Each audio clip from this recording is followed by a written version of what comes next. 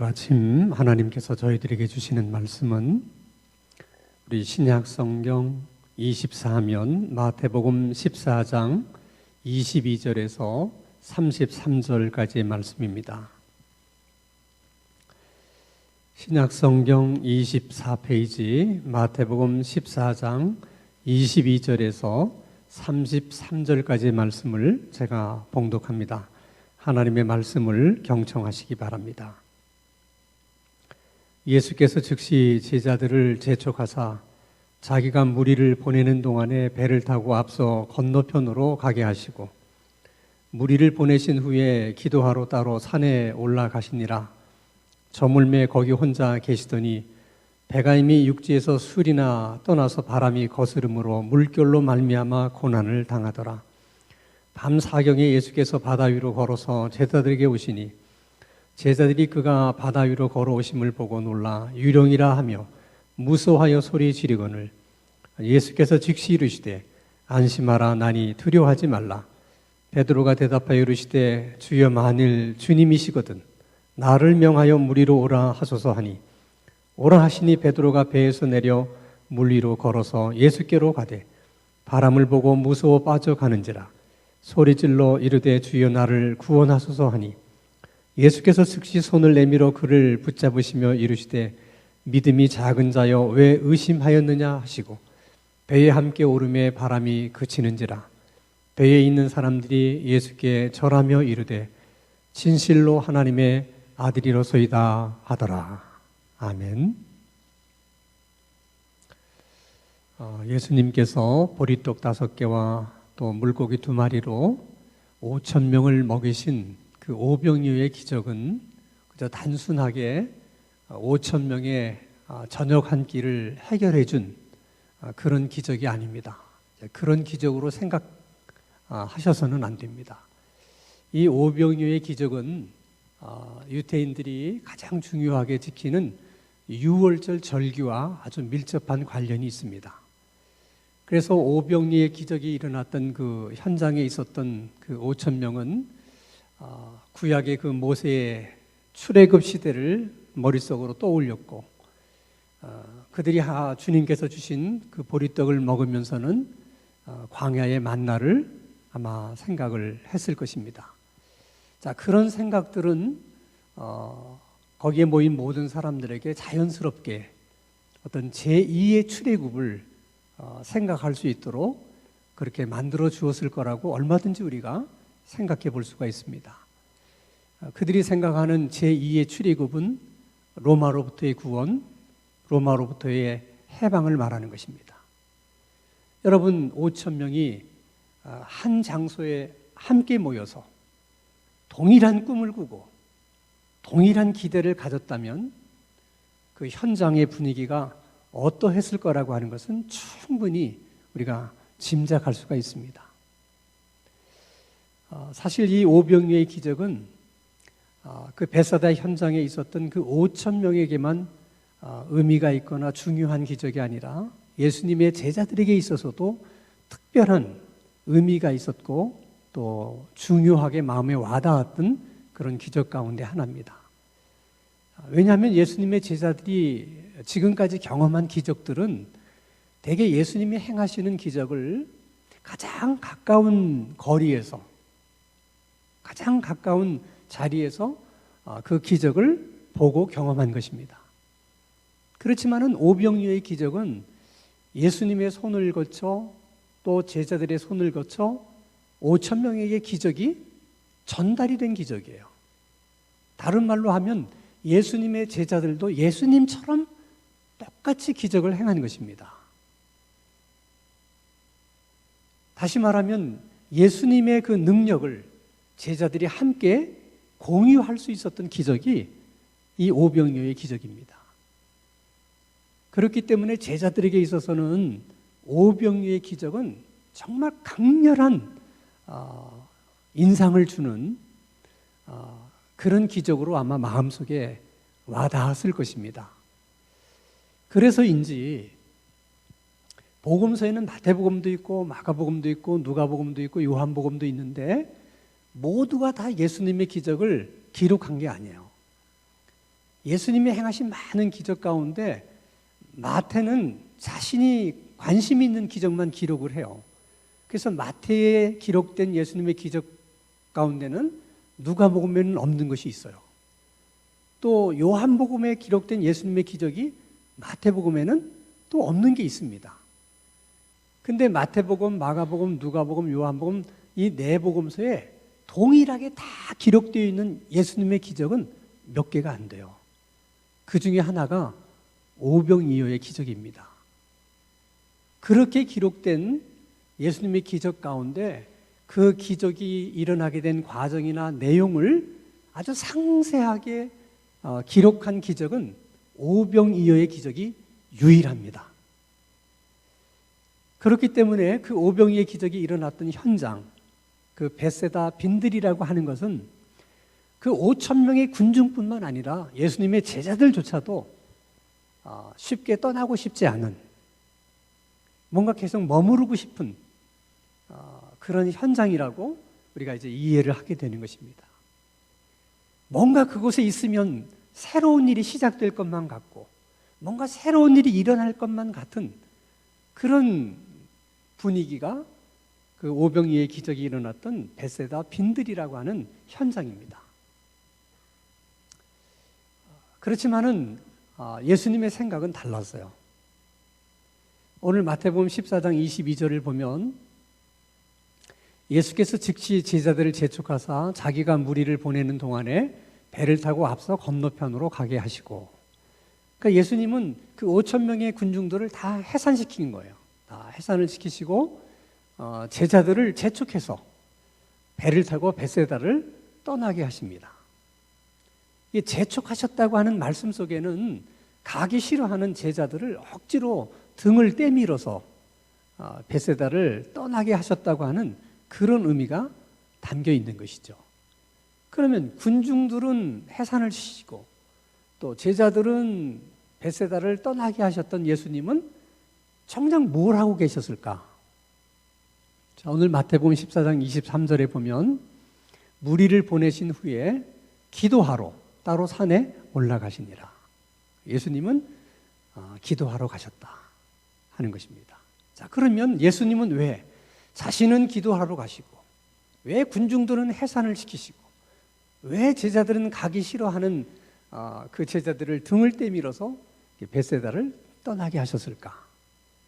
그것은 지금 벳세다 빈들에서 일어나고 있는 그 현장의 분위기가 심상치가 않은 거예요. 지금 많은 사람들이 제2의 출애굽을 기대하고 있는데 주님이 보시면 그것은 잘못된 기대거든요. 그게 흩으시는 겁니다.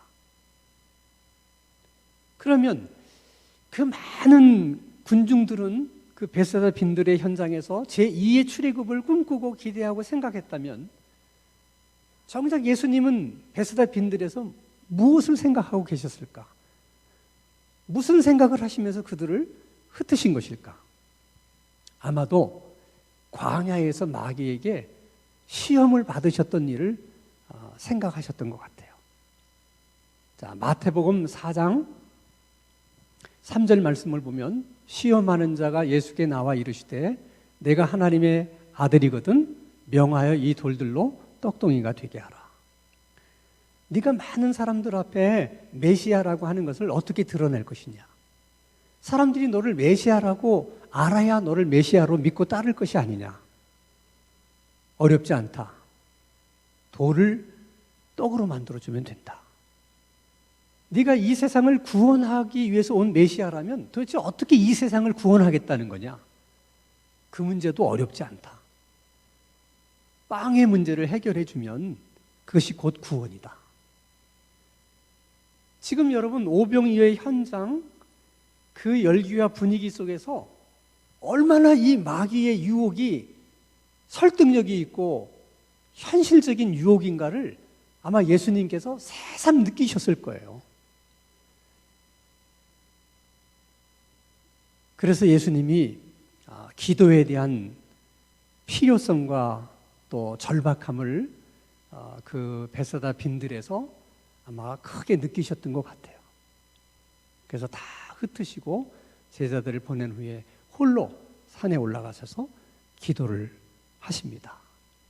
문제는 예수님께서 산 위에서 기도하고 계실 때 그 산 밑에서 제자들은 아주 큰 풍랑을 만나서 굉장히 지금 어려워하고 있고 힘들어하고 있는 상황이 전개되고 있었다는 것입니다. 도대체 이들은 어디를 가다가 이런 풍랑을 만난 것인가? 오늘 마태복음 14장 34절에 보면 그들이 건너가 게네사렛 땅에 이르렀더니 하는 말씀이 있죠. 그러니까 베세다를 떠나서 게네사렛 땅으로 가다가 풍랑을 만난 것입니다. 그럼 바람은 여러분 어디서 어디로 부른 거예요? 베세다에서 게네사로로 바람이 분 겁니까? 게네사렛에서 베세다 쪽으로 바람이 분 겁니까? 예, 게네사렛에서 지금 베세다 쪽으로 바람이 부는 거예요. 여러분들이 이스라엘 지도를 보면 갈릴리 바다가 꼭 이렇게 고구마처럼 생겼는데 제일 북쪽에서 지금 남쪽으로 항해를 하는 것이 아니라 그 북쪽의 동쪽, 거기서부터 북쪽의 서쪽으로 이렇게 해변선을 따라서 이렇게 항해를 하다가 지금 큰 풍랑을 만난 겁니다. 근데 그 풍랑 앞에서 제자들이 얼마 동안 씨름하고 그 풍랑과 싸웠는가, 그것도 중요한 문제예요. 자, 마태복음 14장 25절에 보면 밤 사경에 예수님께서 바다 위로 걸어서 제자들에게 오셨다. 이 밤 사경이라고 하는 것은 이스라엘 사람들의 시간으로 보면 새벽 3시에서 6시 사이를 가리키는 거예요. 그 안에 있는 시간은 다 밤 사경이라고 얘기합니다. 그러니까 지금 제자들이 그 풍랑 속에서 너무 어렵게 힘들게 지금 풍랑과 싸우고 있다 보니까 지금 시간이 몇 시쯤 된지를 정확하게 알 수가 없는 거예요. 그래서 대략 뭉뚱그려 가지고 한 밤 사경쯤 됐을 것이다, 이렇게 이제 생각을 한 것이죠. 그러면 새벽 3시부터 6시까지를 밤 사경이라고 부를 때 제일 짧은 시간으로 우리가 한번 생각해 봐요. 새벽 3시라고 가정을 해보면, 자, 오병이어의 기적이 일어날 때가 해가 질 무렵이니까 한 오후 5시쯤 됐을 거예요. 5,000명이 그 떡 5개와 물고기 2마리로 배불리 식사를 하는 시간을 1시간을 잡는다면 제자들이 저녁 6시에 베세다에서 떠나서 게네사렛을 향하고 있었던 것입니다. 근데 지금 예수님이 새벽 3시에 지금 제자들이 있는 곳에 오신 것이죠. 그럼 무려 9시간 동안이나 제자들이 그 풍랑과 싸우고 있었다는 거예요.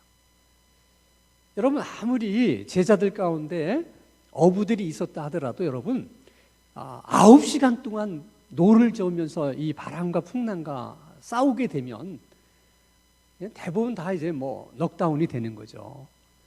다 지치고 이제 뭐 노저울 힘도 없는 그런 상태까지 이제 이르게 되는 것입니다. 그럼 그 9시간이라는 긴 시간 동안 그 바람과 파도와 싸우면서 제자들이 무슨 생각을 했겠어요? 우리가 베세다를 떠나지만 않았더라도 이런 힘든 상황을 만날 이유가 없잖아요. 우리가 지금 왜 이런 고생을 하는 겁니까? 떠나고 싶지 않았던 베세다를 떠났기 때문이거든요. 다른 말로 하면 예수님의 말씀에 순종하기 위해서 지금 바람과 싸우는 것이고 풍랑과 싸우는 거예요. 그것도 9시간 동안이나. 지금이라도 순종할 마음이 없어서 뱃머리를 베세다 쪽으로 돌리는 순간 모든 문제는 다 한 방에 끝납니다. 뒤쪽에서 바람이 불어주니까 베세다로 가는 거는 누워서 떡 먹기예요. 그래서 여러분, 순종이 어려운 거예요. 순종하지 않기로 마음만 먹으면 너무 수월해요, 일이. 눈에 보여요. 뱃머리만 돌리면 되니까. 그래서 사람들은 순종하기보다는 자꾸 이제 불순종하는 쪽으로 선택을 하고, 그리고 불순종을 해야만 되는 명분과 이유들을 생각해내고 만들어내요. 그리고 합리적이라는 생각을 하게 되는 것이죠. 근데 주님의 말씀에 순종하려고 하면 이렇게 정말 이유도 모른 채, 영문도 모른 채 그냥 9시간 내내 바람과 파도하고 싸우게 되는 것이죠. 자, 그러면 왜 하필 예수님이 그 밤 사경쯤에 내려오셨을까? 제자들이 노를 쳤다 이제 더 이상 저을 수 없을 정도로 지쳐 있을 때까지를 기다렸다 오신 것인지, 아니면 기도를 하다 보니까 밤 사경이 된 것인지 우리가 정확한 것은 알 수 없지만은, 만약의 경우에 그냥 기도를 하시다 보니까 밤 사경이 되셨다. 그러면 그날 예수님은 9시간을 기도하신 거예요. 그럼 그 9시간 동안 뭘 기도했겠어요? 옛날 이스라엘 백성들이 광야에서 만나를 먹고도 불순종했던 것처럼 예수님이 주신 그 떡을 먹고도 잘못된 기대를 갖고 있는 그 5천 명의 사람들을 위해서도 아마 예수님이 기도하셨을 거예요. 그리고 더 중요한 기도는 그 마귀의 유혹을 받았던 돌을 떡으로 만들라. 그것을 생각하면서 아니다. 다시 한번 예수님이 다짐하고 결심한 것 같아요. 나는 저들에게 빵을 주는 것으로 저들을 구원하는 것이 아니라 나는 내 몸을 저들에게 주고 내 살을 저들에게 줘서 십자가의 죽음을 통해서 나는 저들을 구원할 것이다. 그것을 다짐하고 다시 결심하고 기도하는데 그렇게 많은 시간이 걸린 거예요. 그만큼 예수님에게 십자가의 문제가 그렇게 진지한 문제인 거예요. 9시간 동안 계속 기도한 것이죠. 자, 그런데 우리가 여기서 또 한 가지 주목할 것은, 이제 기도를 마치시고 이제 내려오신 예수님께서 이제 풍랑 속에서 힘들어하는 제자들을 도와주기 위해서 제자들을 찾아오시잖아요. 근데 어떻게 찾아오세요? 다시 한번 보겠습니다. 마태복음 14장 25절. 예수께서 어떻게? 바다 위로 걸어서 오셨다는 거예요. 자, 우리가 언뜻 생각하면 바다 위를 걸어서 오실 수 있을 정도의 능력이 있고 실력이 계시다면 굳이 바다 위를 걸어서 오시지 않아도 뭐 다른 방법으로 제자들에게 올 수 있는 방법이 왜 없겠어요? 얼마든지 있을 수 있습니다. 인근의 배를 예수님의 능력으로 오게 만든다든지, 아니면 지금 뭐 바람이 적당히 불어주고 있으니까 우리들이 흔히 아는 윈드 서핑, 이거 뭐 얼마나 좋아요. 뭐 그렇게 또 오실 수 있잖아요. 근데 왜 굳이 바다 위를 걸어서 오시느냐? 이것은 유태인들만이 가지고 있는 독특한 그들의 의식, 그리고 그들의 문화 때문에 그래요. 자, 우리가 잘 아는 것처럼 유태인들은 본래가 유목민족이기 때문에 바다하고는 멀어요. 바다하고는 친숙하지가 않습니다. 그렇기 때문에 뭐 이렇게 광야라든지 산이라든지 이런 건 익숙하고 두렵지가 않은데 바다는 두려운 거예요. 그럼 그 유태인들이 바다라고 하는 것을 처음 경험했던 적이 언제냐? 그게 이제 출애굽을 할 때 홍해 바다를 이제 건넌 것이 그들이 바다를 처음 경험한 것입니다. 여러분 잘 아는 것처럼 그들이 어떻게 홍해 바다를 건넜습니까? 하나님이 홍해 바다를 가르셨거든요. 그리고 이제 그 땅을 걸어서 이제 그들이 건넜는데, 여러분 한강 같은 강도 보통 깊이가 3m, 5m, 8m 이렇게 돼요. 강의 깊이도. 그러면 바다의 깊이는 그들 아무리 바다가 낮다 하더라도 보통 10m, 15m, 20m 되잖아요. 근데 그게 바다가 갈라진 것이죠. 갈라졌다고 하는 것은 지금 물벽이 이렇게 쳐져 있는 거예요. 근데 장정만 60만이 그 길을 따라서 오려고 그러면 그 길이 얼마나 넓어야 되겠습니까? 그러니까 물벽이 굉장히 넓게 쳐져 있는 거예요. 그러니까 20m 정도나 되는 그 물벽 사이로 이스라엘 백성들이 건너온 거죠. 그들이 다 건너온 다음에 자기가 건너온 홍해 바다를 보니까 애굽의 군인들이 마차를 타고 막 자기들을 지금 뒤쫓고 있는 거예요. 근데 갑자기 물벽이 무너져 내립니다. 그러면 여러분 생각해 보세요. 저 멀리서 20m나 되는 물벽이 갑자기 무너져 내리면 그게 지금 우리들이 보면 뭐예요? 해일이 일어난 거나 마찬가지예요. 엄청난 해일이 덮치면서 순식간에 애굽의 군인들을 수장시켜 버린 거거든요. 지금도 여러분 집채만한 파도가 친다든지 15m짜리 해일이 일어나면 지금도 두려워합니다, 우리들이.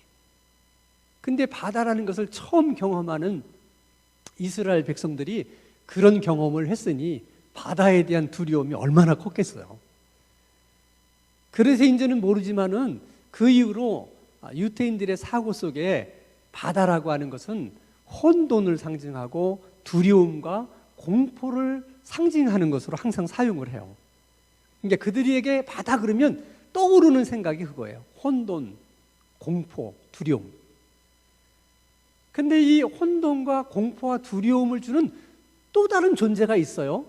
그게 악한 세력, 악한 영들이라는 존재들이에요. 그래서 시간이 지나면서 유대인들의 생각 속에는 악한 영의 존재와 바다는 같은 것으로 이렇게 동일시하는 그런 개념들이 형성되게 됩니다. 그래서 요한계시록에 보면 그게 잘 드러나 있어요. 자, 이제 세상 종말에 아메겟돈 전쟁이라는 게 있습니다. 그래서 이제 마귀들과 천사장 미카엘이 천사들을 동원해서 일전을 벌리는 거예요. 그 전쟁이 끝나면서 이제 세상 종말이 찾아오는데 그 전쟁이 시작되는 그 광경을 요한계시록 13장 1절에 보면 이렇게 표현해요.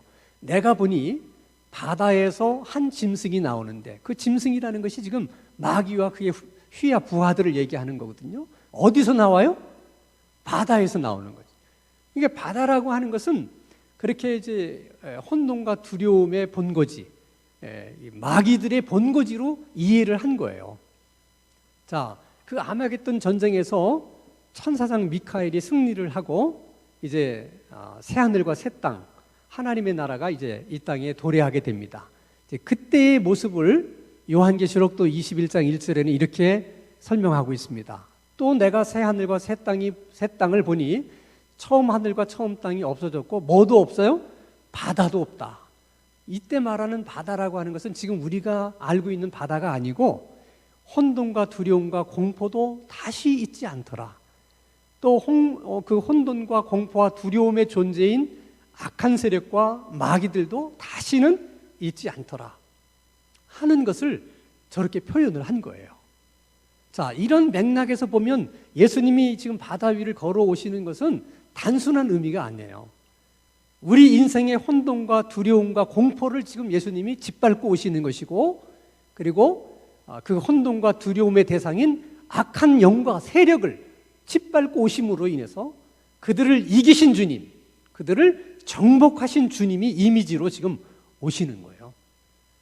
그래서 예수님이 제자들에게 오셔서 배 위에 오르시니 바람이 그쳤다 하는 것은 정복되었다, 주님이 승리하셨다, 그런 의미까지도 거기에 다 포함이 되는 것입니다. 자, 그러면 이제 이 말씀 속에서 우리가 또 한 가지 주목하게 되는 말씀이 있는데 그것은 마태복음 14장 28절이에요. 베드로가 대답하여 이르시되 주여 만일 주님이시거든 나를 명하사 무리로 오라 하소서. 지금 예수님이 바다 위를 걸어오시는 것을 보고 다 지금 제자들이 유령인가 뭐 하면서 굉장히 두려워하고 있는데 베드로가 뭐라고 말하냐면 주님 저도 한번 바다 위를 걸을 수 있게 해주십시오 하는 이제 요청을 하는 거죠. 언뜻 생각해 보면 베드로가 무슨 정신으로 무슨 생각으로 저런 얘기를 했을까? 워낙 베드로의 기질이 저돌적이고 충동적이기 때문에 그냥 생각 없이 한 말인가? 그렇지 않아요. 오병이의 기적을 통해서 베드로가 깨닫게 된 사실 하나는 뭐냐면 예수님의 능력을 공유할 수 있다는 거예요. 그래서 제자들도 예수님처럼 그런 능력을 행했거든요. 그러면 오병이의 기적에서 체험한 것처럼 예수님의 능력을 공유할 수 있다면 예수님이 바다 위로 걸어오시는 능력도 공유할 수 있다. 그러니까 주님, 저도 바다 위를 걸어갈 수 있게 한번 해 주십시오. 그렇게 얘기하는 것이죠. 그런 걸 보면 베드로는 굉장히 신앙적으로 응용력이 뛰어나고 적용 능력이 뛰어난 제자예요. 그러니까 베드로가 괜히 예수님의 수제자가 아니라니까요. 다른 사람이 상상할 수 없는 것을 생각해낸 거예요. 그랬더니 예수님이 뭐라고 그럽니까? 오라 그러잖아요. 이 말씀이 너무 중요한 말씀이에요. 오라. 그러니까 예수님은 바다 위를 걸을 수 있는 그 능력이 자기에게만 있는 게 아니고 그 능력도 물론 있으시지만 주님이 원하는 사람도 자기처럼 바다 위를 걸을 수 있게 하실 수 있는 능력도 주님에게는 있다는 거예요. 아멘? 그게 굉장한 능력이에요. 본인에게는 그런 능력이 있지만 다른 사람에게까지 그 능력을 공유시킬 수 있는 능력을 가진 존재가 세상에 어디 있겠어요? 주님은 자신에게만 그런 능력이 있을 뿐만 아니라 그런 능력을 믿는 사람에게 공유하게 하실 수 있는 능력도 있다는 거예요. 그렇기 때문에 예수님이 이제 승천하시면서 믿는 자들에게 당부하신 말씀이 있어요. 마가복음 16장 17절 18절 말씀을 보면 믿는 자들에게는 이런 표적이 따르리니 곧 그들이 내 이름으로 귀신을 쫓아내고 새 방언을 말하며 뱀을 집어 올리며 무슨 독을 마실지라도 해를 받지 아니하며 병든 사람에게 손을 얹은 등 나으리라. 그러니까 지금 베드로가 무리를 걷고 있다고 하는 사실을 우리가 기억한다면 저 말씀도 믿어야 돼요. 지금 베드로가 예수님의 바다 위를 걷는 능력을 공유하고 있잖아요. 그러면 저 능력도 우리가 공유할 수 있다는 거예요. 근데 문제는 뭐예요? 마태복음 14장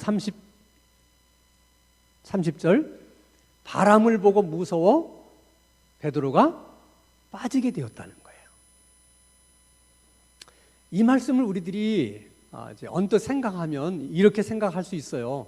베드로가 예수님만 보고 막 이렇게 가다가 갑자기 옆에서 큰 파도가 치니까 예수님을 보던 시선을 이렇게 돌려서 파도를 바라보다가 물속에 빠졌다. 근데 그렇게 생각하는 것은 너무 무리한 생각이에요. 왜냐하면 지금 베드로가 무리를 걸을 때의 상황이 바다가 잔잔했을 때 잔잔한 바다를 걸은 게 아니에요. 잔잔한 바다를 걷다가 갑자기 파도가 일어나면 자기도 모르게 시선이 글로 쏠리는 건 당연한 일이에요. 근데 지금 상황은 9시간 지금 풍랑 속에서 노를 젓고 있던 제자들이 그 상황 속에서 베드로가 배에서 내려서 걷는 거거든요. 그러니까 지금 여전히 바람과 풍랑이 일고 있는 상황 속에서 지금 베드로가 걷고 있는 거예요. 그런 상황에서 베드로가 곁눈질을 한다든지 딴 생각을 할 수 있는 여유가 있을 수가 없어요. 그런 상황에서는 무슨 그런 여유가 있고 한눈 팔 겨를이 있겠습니까? 정말 주님만 보고 가는 것이죠. 근데 문제는 그렇게 가다가 주님께 거의 다 갔어요. 근데 갑자기 주님 등 뒤에서 지금까지 일고 있던 파도보다 더 큰 파도가 생겨서 마치 예수님과 또 가까이 곁에 서 있는 자기까지를 그냥 한 번에 덮칠 것만 같은 그런 두려움을 갖게 된 거예요. 근데 보세요. 지금 예수님은 제자들의 그 배를 향해서 오고 있기 때문에 바람을 등지고 오고 있는 거거든요. 근데 지금 베드로는 배가 가는 방향으로 예수님이 오는 방향으로 가기 때문에 지금 바람과 파도를 맞으면서 가고 있는 거예요. 그러니까 예수님 뒤쪽에서 큰 파도와 풍랑이 일어난 것을 예수님은 뒤쪽에서 일어난 것이니까 예수님은 모를 수 있어요. 근데 베드로는 지금 예수님 가까이에서 그것을 보니까 뭐 두려울 수밖에 없죠. 만약에 예수님하고 베드로하고 멀리 떨어져 있었다면 파도가 덮치더라도 뭐 예수님은 덮치고 자기까지 올라면 한참 걸리니까 좀 낫겠지만은 지금은 가장 가까운 자리에 있으니까 둘이 그냥 한꺼번에 물에 빠질 수 있었다는 거죠. 얼마나 가까운 자리에 있었느냐. 베드로가 물에 빠지게 되니까 주님 나를 구원하소서 그랬죠? 그랬더니 예수님이 어떻게 해요? 즉시 손을 내밀어서 베드로의 손을 붙잡아 주셨어요. 그러면 손을 내밀어서 베드로의 손을 붙잡을 정도의 거리면 이게 얼마나 가까운 거리겠어요. 그러니까 베드로가 주님 앞에까지 다 와서 그런 일이 있었던 거예요. 그런데도 예수님은 베드로에게 이렇게 말씀하십니다. 마태복음 14장 31절에 예수께서 즉시 손을 내밀어 그를 붙잡으시며 이르시되 믿음이 작은 자여 왜 의심하였느냐. 이게 중요한 말씀이세요. 야고보서의 말씀을 보면 믿음이 다 있죠, 사람들이. 그런데 행함이 없는 믿음은 죽은 믿음이다. 그렇게 설명을 해요. 그러니까 믿음이 있다고 하지만은 행함으로 그것이 이렇게 나타나지 않으면, 행함으로 연결되지 않는 믿음은 그건 믿음이 아니라는 거예요. 그런 것처럼 의심하는 믿음도 믿음이 아니에요. 그러니까 의심을 하면 믿음이 그 믿음의 능력을 이렇게 발휘할 수가 없어요. 왜? 죽은 믿음이니까. 그래서 마귀는 끊임없이 우리들을 무엇을 가지고 시험하느냐? 의심케 해서 우리를 시험하는 거예요. 그러면 베드로든 야고보든 믿음이 좋은 사람이라고 했던 사람들도 그 믿음이 다 죽는 거예요. 의심하는 순간 믿음의 역사를 일으킬 수가 없는 거예요. 그래서 때로는 정말 내가 구원을 받았나? 내가 정말 천국에 갈 수 있을까? 그런 의심을 주기도 하고, 또 모처럼 기도하는데 이게 뭐 기도한다고 정말 뭐 될까? 기도하는 시간에 차라리 내가 뭐 나가서 뭘 하는 게 더 낫지. 다 이런 의심을 두는 거예요. 모처럼 말씀을 읽는데 말씀 속에 이해가 되지 않는 말씀이 너무 많아. 믿기 어려운 말씀들이 너무 많아. 이게 다 진짜일까? 이런 의심을 끊임없이 심어주는 거예요. 그러면 그냥 믿음은 다 죽어나가는 거죠. 아주 중요한 말씀이에요. 의심하면 믿음은 죽는 거예요. 그래서 마귀가 우리를 의심하려고 할 때 그 의심을 품지 않도록 우리가 기도로 방어도 하고 공격도 하고, 그래서 우리가 의심에 빠지지 않아야 된다는 거예요. 생각해 보면 왜 베드로만 물에 빠지고 다른 제자들은 물에 빠지지 않았을까? 이유는 너무 간단하죠. 다른 제자들은 배 안에 있었기 때문에 그런 거예요. 베드로도 배에서 내리지 않고 배 안에만 있었더라면 물에 빠지지 않을 수 있어요. 배 안은 안전한 곳입니다. 그렇지만 배 안에만 있으면 절대 믿음이 자라질 않아요. 그래서 때로는 베드로처럼 물 위를 걷다가 빠지는 경험이 있다 하더라도, 실패하는 경험이 있다 하더라도 새로운 일을 시도하고 또 새로운 일에 도전해 보는 것이 믿음의 삶에는 굉장히 중요한 거예요. 그런 과정을 통해서 믿음이 자라고 믿음이 커지고 믿음이 굳건해지는 거예요. 자, 베드로 보세요. 물 위를 걸어봤기 때문에 그는 다른 제자들이 경험하지 못한 독특한 경험을 했어요. 또 물에 빠지다가 구원을 받기는 했지만 그것도 다른 제자들이 경험해보지 못한 독특한 경험을 베드로가 한 거예요. 그것이 다 여러분 베드로의 믿음에 다 그것이 도움이 되는 일들이에요. 그건 오늘 우리들도 마찬가지예요, 여러분. 그러니까 뭐 아무것도 안 하면 편안하죠. 편안하기는 하지만은 절대 믿음이 자라질 않아요. 좀 어려운 것 같지만은 시도해보고 또 해보고 그러다 보면 실패도 하게 되고 그로 인해서 뭐 이렇게 어려움을 겪게 되지만은 근데 그런 일련의 과정이 우리의 믿음을 자라나게도 만들고 강하게 만들어 준다는 거예요. 우리들이 신앙생활을 하면서 가지게 되는 가장 큰 편견 중에 하나가 뭐냐면 우리 삶 속에 어떤 시련이나 고난이나 환난이 없는 그런 삶이 하나님의 은혜의 삶이고 그런 삶을 사는 것이 믿음의 삶이라고 생각해요. 그런 사람이 믿음이 좋은 사람이라고 생각해요.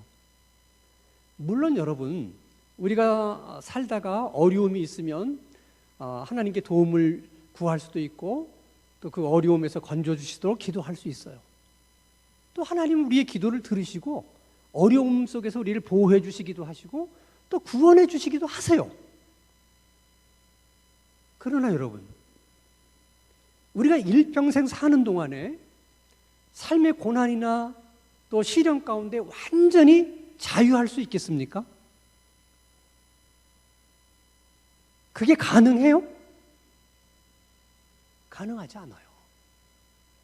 그게 가능할 수 있는 길은 두 가지밖에 없어요. 우리가 죽어야만 그것으로부터 자유할 수 있어요. 다른 하나는 하나님의 나라가 이 땅에 완전히 이루어져야만 그런 것으로부터 자유할 수 있어요. 그 두 가지 경우가 아니라면 그 누구도 시련과 환난과 고난 속에서 자유로울 수 있는 사람이 아무도 없는 거예요. 그러니까 그걸 안다면, 그렇게 되기를 기대한다면 그것이 얼마나 어리석은 일이냐는 거예요. 그것을 우리들의 신앙의 목표로 삼고 산다면 그게 얼마나 어리석은 신앙생활이라는 거예요. 그러니까 시련과 어려움이 있을 때 그런 시련과 어려움으로부터 구원해달라고 하는 기도도 해야 되지만 그런 기도만이 필요한 게 아니라 그 시련과 어려움을 견뎌낼 수 있게 해주십시오. 또 이겨낼 수 있게 해주십시오. 또 이런 시련과 어려움을 통해서 우리들의 믿음이 크게 성장할 수 있게 해주십시오. 그렇게 기도하는 것도 중요한 거라는 거예요. 우리가 예수 믿는 사람으로서 느끼는 삶의 보람이나 의미나 만족이라고 하는 것은 그저 배 안에 안전하게 있어서 가지는 게 아니에요. 그 배 안에 있다고 하는 것은 안전하긴 하지만은 우리가 경험할 수 있는 어떤 삶의 의미, 어떤 보람, 또 어떤 만족이 없는 거예요. 베드로처럼 시도하고 바다 위를 걸어보고 물에 빠지다가 건져도 보고 그런 과정 속에서 삶이라는 게 이런 거구나. 의미도 깨닫게 되고 거기서 보람도 느끼게 되고 또 삶의 만족도 경험하게 돼요. 더 놀라운 사실은 그런 과정을 통해서 하나님이 누구신지, 예수님이 누구신지, 성령님이 누구신지를 더 많이 배우게 된다는 거예요. 그래서 하나님과 예수님과 성령님과 더 가까워지고 친밀해진다는 거죠. 지금 여러분 우리 코로나19 상황도 똑같은 상황이에요. 다 모든 사람이 코로나19가 빨리 끝났으면 좋겠다 그렇게 생각하잖아요. 저도 그렇게 생각하고 그렇게 저도 기도하고 있어요. 제가 한 가지 물어보겠어요. 코로나19가 끝나면 다른 문제가 없을까요? 그럴 리가요. 코로나19가 끝나도 여전히 우리 인생에는 또 다른 문제가 생기게 됩니다.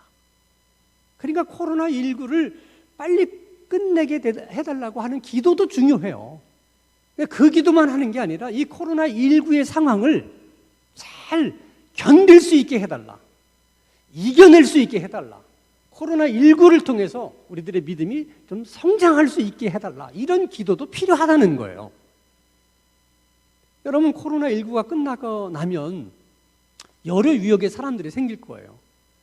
코로나19를 통해서 너무나 많은 것을 잃어버린 사람도 있고, 코로나19 때문에 잃어버린 것도 있지만 뭔가 얻은 것이 있는 사람도 있을 수 있고, 아니면 뭐 잃은 것도 없고 얻은 것도 없는 사람도 있을 수 있고, 아니면 코로나19 때문에 오히려 많은 것을 얻은 사람도 있을 수 있어요.